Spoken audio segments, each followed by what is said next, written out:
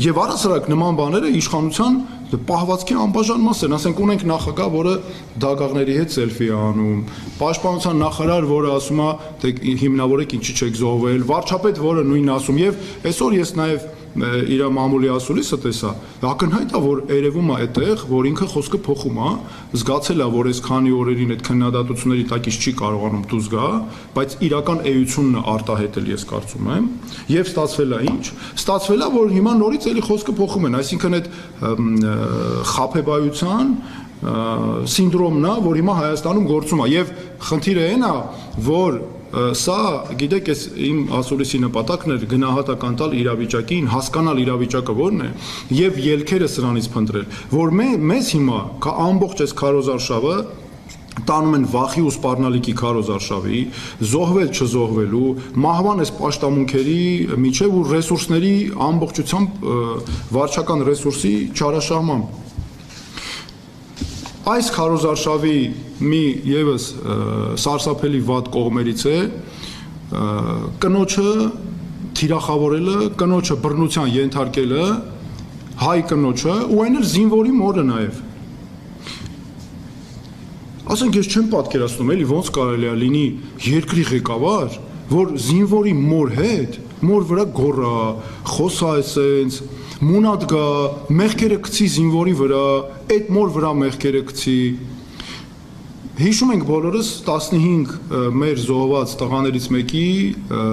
մոր վրա, որ ինչ ձայներ բարձրացնում մեծամորում։ Ես այդ մեր զինվորի հորը տեսել եմ մեծամորում, խոսել եմ հետ, ասենք այդ մարդու աչքերի մեջ նայում ես, հերոսական ընտանիք, այդ մարդու աչքերի մեջ նայում ես, ինքը ասում է, գիտես ինչ կա, իմ տղեն էսի հայրենիքի համար է կյանքը տվել։ Գնացել հայրենիքի համար կյանքը տվել է, բայց հիմա ինչի են մեզ այս վիճակի դնում, խափում են, չեն ասում ճշմարտությունը ու չեն բացահայտում մեզ գործը։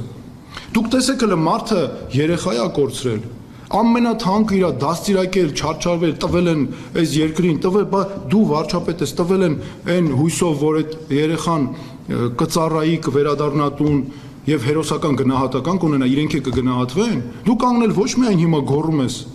այլ նաեւ ասում ես մունաթ ես գալի մարդկանց վրա, այլ խափում ես։ Ասենք, չգիտեմ, էլի ոնց կարելի է, ես չեմ պատկերացնում, ինչքան մտածում ես, ուղղակի մեզ չի տեղավորվում, ասենք Բա այն մյուս տղերքը մեր զինվորները, լավ էդի չես մտածում, ասենք այդքան տղեր կան ծառայող, չէ՞։ Այդ մեր մյուս տղերքը, որ նայում են, տեսնում են իրանց ծնողների հետ սենց էս վերաբերվում։ Բայց ո՞նց էս պետության նկատմամբ վստահությունը կլինի։ Ինչ անեն քո քարոզարշավնա։ Քարոզարշավ, այսինքն դուք պատկերացնում եք ինչ աստիճան թանկ է իր համար, այս քարոզարշավի, այս ատելությունն ու թշնամանքը, այս իրական էությունը ստեղ է երևում, որ ամեն սրբությունների վրայով անցնում է իմ համար Զոհվածի մոր հետ խոսելը ինքը արդեն տաբու է, վերջ ինքը իմ համար սրբության պես արժեք է։ Այդ մարդը ինչ ուզում է լինի, սխալ լինի, ճիշտ լինի, ինքը զոհված զինվորի մայրը կամ հայրը ծնողը, դրանով ամեն ինչ հարցը փակված է։ Ոնց կարաս թույլ տաս մարդու հետ այդպես խոսաս։ Եվ ստեղ մի կարևոր բան էլ կա, որ իմ փորձից, ասենք, որ օրինակ ես հիշում եմ, ես ինչպես էին մեր զոհված զինծառայողների ծնողները հերոսական նույն հերոսական վարքագիծն էին ցուցաբերում։ Ես գնացել եմ, հիշում եմ պատերազմից անմիջապես հետո ես զինվորների զոհված զինծառայողների ծնողների հետ մտել եմ մարմիններն են որոնել իրանց։ Տեսել եմ աչքից դիմաց ոնց են այդ մարդիկ աչքները արցունքներին, բայց ման են գալիս ու իր մարմինները եւ հետո էլ ասում են իմ հերոսական տղեն տես հələ գնացել հայրենիքի համար զոհվել է։ Բա դու ասում դու ոնց կարող ես էլի տենց ես մտածում ես ուղղակի մեծ չի տեղավորվում էլի ոնց կարող ես այդպես խոսել։ Ես ունեցել եմ այդ դեպքերը աչքերիդ մեջից չեն գնում, երբ զոհվածի ծնողները եկել էին մի անգամ ինձ մոտ, հայրը եկել էր նախապես, ասում էր մեր տղան զոհվել է, ես գիտեմ որ զոհվել է, բայց կինս էլ է հետս, կինս շատ վատ կտանի դա, խնդրում եմ որ խոսեք հետը, մի ասեք որ զոհվել է, էլի ես իրեն աստիճանաբար կասեմ, դուք ասեք որ անհայտ կորած է, գերի է, կգա, վերջը այսպես հույս կա, ես հիշում եմ իմ վիճակը մինչև հիմա մարմինը մարդու փշակաղում է, նստում ես այդ տիկնոջ դիմացը, որ խոսում ես ինքը անդադ հարցնում է, դու պետքա ասենք ինչ որ հույս տաս, իմանալով որ տղան զոհված է, բայց այդ պահը այնքան աննկարագրելի պահը, որ հիմա ես մինչև հիմա երբ ես խոսում եմ զոհված զինծառայողի մոր մասին, այդ տեսարանը աչքերիցս չի գնում, որ ոնց կարելի է այդ աստիճան այս մեր սուրբ արժեքների վրայով անցնել։ Եվ մեկ էլ կնոջը, սա նաև գիտեք ինչա, շատ կնոջ դերի գնահատման առումով շատ սարսափելի վիճակ է ստեղծված։ Այսինքն ես ինչ եմ զգում ստեղ, երկու սինդրոմ կա ստեղ առնվազն իր մոտ։ Այս իշխանության ստեղծած այս իրավիճակը ինչի է տանում։ Մեկը թիրախավորել ու հարձակվել կնոջ վրա, որ պրոֆեսիոնալ է, եւ կին, որ սեփական կարծիք ունի ու արտահայտում է սեփական կարծիքը։ Ինձ համար այս կանանց նկատմամբ սրանց արշավը, այս մարդկանց, սրա մեջ է տեղավորում։ Այս երկու արժեքների, որ ներեցեք 3, որ կինը, պրոֆեսիոնալ կինը, վերջ, թիրախի ենթակա է, կին, որը իր սեփական կարծիքը ունի ու արտահայտում է,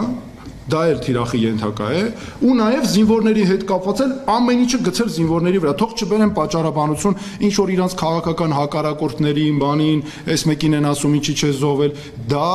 զինվորի վրա մեղքը գցելու քայլերի շրջանակում եմ ես դիտարկում եւ հետո այս ամեն ինչը նրանք մտածում են օգտագործել իրենց գործունեության մեջ, սա հստակ ձեռագիր է, սա ուզում եմ հստակ ասել։ Հիմա այս իրավիճակից ինչպես որն է ելքը, այս ստեղծված իրավիճակից, չէ, որ ասենք այս ռեսուրսների տարբեր մրցավազքերի մեջ մեկը միտեղ մի հնարավորություն ունի, մեկը ինչ որ գործարան ունի, մեկը այս հնարավորությունը ունի, ամեն մեկը ընկել է դրա հետևներից, բայց ոչ մեկ չի մտածում այ մարդ մեր երկրին, բայց ի՞նչ է անհրաժեշտ։ Մեր քաղաքացուն ի՞նչ է անհրաժեշտ։ Անհրաժեշտ է լուծում երկրի կառավարում, թե գնալ ընկնել այս թակարդի մեջ, որ այս իշխանությունը ստեղծում այս իրավիճակում, լինելով հոգով հանձնված իշխանություն։ Ես դա անվանում եմ նաև հոգով հանձնվածների իշխանություն, երբ նրանք ոչ միայն քարոզում են մեր մեջ, որ դե էսա մեր հնարավորությունները ուրիշ չունենք, բայց հələ տեսեք մեր արժեքները թիրախավորելով, մեր սրբությունները թիրախավորելով, ոչնչացնելով ամեն մեկը, դե իրանք ցույց է տալիս, որ իրանք հոգով հանձնված մարդիկ են։ Եվ այս հոգով հանձնված իշխանությունները հիմա այդ սերունդ ուզում են մեր մեջ սերմանել, մեր երեխեքի մեջ, մեր դաստիարակությունը փոխել, ու այս քարոզարշավի այս ընթացքը ամբողջը դրա մասին է, այլ ոչ թե ծրագրերի։ Դրա համար մենք ինչ ելք ենք առաջարկում։ Այսքան տեխնացուների մեջ, այսքան ուժերի մեջ միայն մեր ուժն է եւ ես իմ փորձով, իմ կարողությունով, որ կարող ենք երկիրը այս վիճակից դուրս բերել։ Առաջինը, իմ պետք է ես մեր ժողովրդին նաև միշտ որ հիմա հանդիպում եմ, ես խնդրում եմ որպեսզի նկատի ունենալ, թե ով երկիրը կարող է այս վիճակից դուրս բերել։ Մարդ, ով կախված չի որևէ մեկի այս նախկին ներկա, այն մի երկիր ներկայացնող այն մյուսը, որևէ մի կախվածություն ես չունեմ։ Որևէ մի արտաքին ուժ իմ նկատմամբ ազդեցություն չունի։ Իմ նկատմամբ, իմ համար Հայաստանի նկատմամբ սերը ավելի կարևոր է, քան Ռուսաստանի շահը, քան Ադրբեջանի շահը առավել ևս, Վաշինգտոնի, Եվրոպայի որևէ մեկի շահը ուզում է լինի։ Մյուսը, ես այստեղ շատ կարևոր է, թե ով պետք է, ում ընտրի մեր ժողովուրդը, ինչպես մտածի, որ ով կարող է երկիրը կառավարել։ Ես աշխատել եմ պետական ամենատարբեր հիմնարկներում, կարող եմ հստակ պատկերացնում ինչպես երկիրը պետք է կառավարել, ինչպես են աշխատում պետական մարմինները, որովհետև պետություն ղեկավարելը տենց կատակ բան չի, սա շատ բարդ process է։ Հենա մենք տեսանք ինչ եղավ, մարդիկ ընդհանրապես կապ չունեին պետության հետ։ Եկան հայտնվեցին պետական ամենաբարձր պաշտոններում, մեկը մանկապարտեզից հետո, մեկը համալսարանից հետո առաջին աշխատանքը փոխնախարարն է։ Այն մեկը այնքան հիշարժան բաներ չուներ կենսագրության մեջ գրած մանկապարտեզի տարիներ էր գրել ուսումի մեջ, որ այնքան որ լծվեր։ Այն մյուսը էլի չգիտես ինչ աշխատանքներով զբաղվել, ամբողջ կյանքը ոչ մի արդյունքի չի ասել, հիմա ընկել են ժողովրդի ջանը։ Այսինքն սրանք շատ կարևոր բաղադրիչներ են, որ մեր ժողովուրդը պետք է նկատի ունենա եւ մեր ժողովուրդը նաև ես խնդրում եմ մեր քաղաքացիները մտածեն, ում հետ իրենք ապահով են զգում, ում հետ են իրենք ապահով զգացել։ Եվ շատ կարևոր է որպեսզի այնպիսի ղեկավար ունենա Հայաստանը,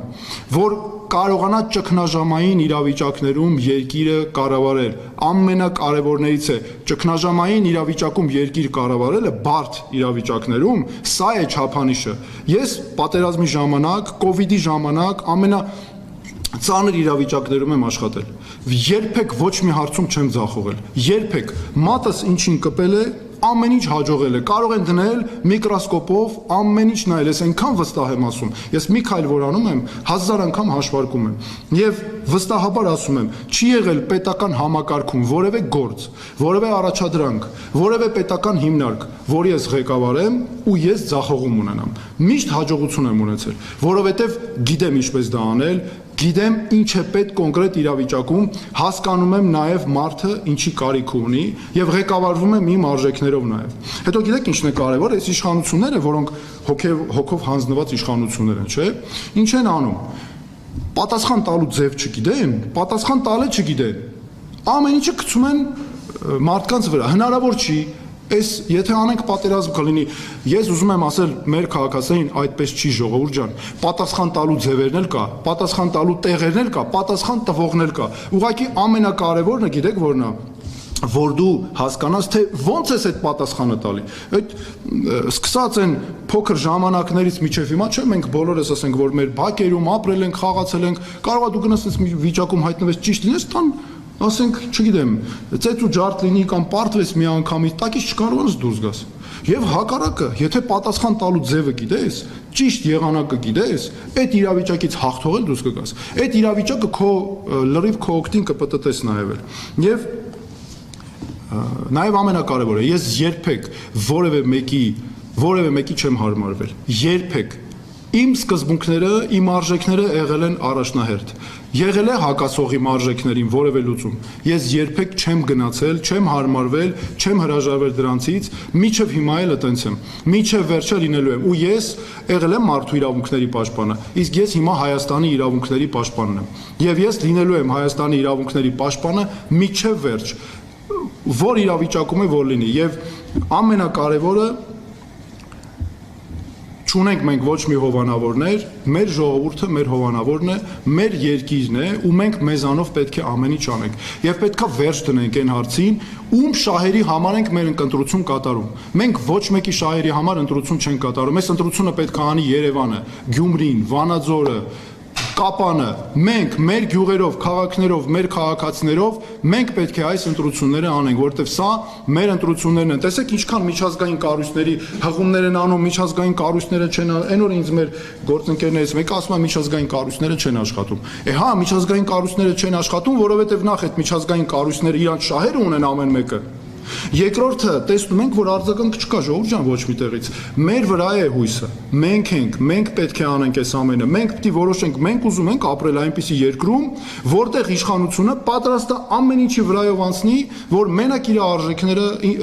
այս քաղաքական շահերը կարողանա ինչատե պաշտպանի, պաշտոնների վրա մնա։ Լինում է այդպես։ Չի լինում, դրա համար մենք պետք է ինքներս որոշենք, որոշումները կայացնենք, մենք ինչ երկիր ենք ուզում եւ ամեն ինչը մեր ձեռքերում է։ Սա ու նորից ուզում եմ վերջում կրկնել։ Ինձ համար Հայաստանի նկատմամբ սերը ավելի կարևոր է, քան Ռուսաստանի, Ադրբեջանի, Ամերիկայի, Եվրոպայի կամ ինչ որ մի պետության ինչ շահել ուզում է լինի։ Հերիք է մենք սիրահարվենք ուրիշ պետությունների վրա։